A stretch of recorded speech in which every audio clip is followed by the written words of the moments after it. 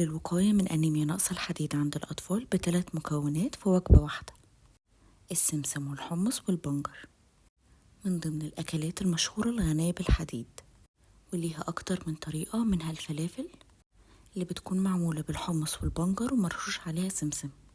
لونها وشكلها حلو جدا ومناسب جدا للأطفال، خصوصا لما بنزود فيها فيتامين سي المناسب لامتصاص الحديد بصورة أكبر. سلطة الحمص بتتعمل من حمص مسلوق وطحينة، ويستحسن تكون معمولة من سمسم طبيعي وليمون اللي هو فيتامين سي. سلطة الحمص بتبقى حلوة قوي لما نستخدمها مع ورق أخضر في السلطات أو في حاجات تانية زي الساندوتشات. وطبعا كل ما نزود خضار كل ما القيمة الغذائية اللي داخلة جسم أطفالنا بتكون أعلى.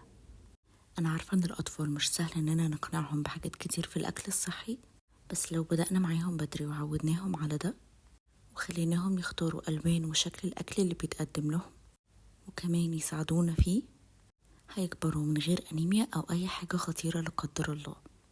المهم نبدأ من المرحلة الأولى للطفل، أو ممكن كمان بدري شوية لما بيكون في بطن مامته. ده كان أول جزء، استنوا باقي الأجزاء الخاصة بموضوع الأنيميا.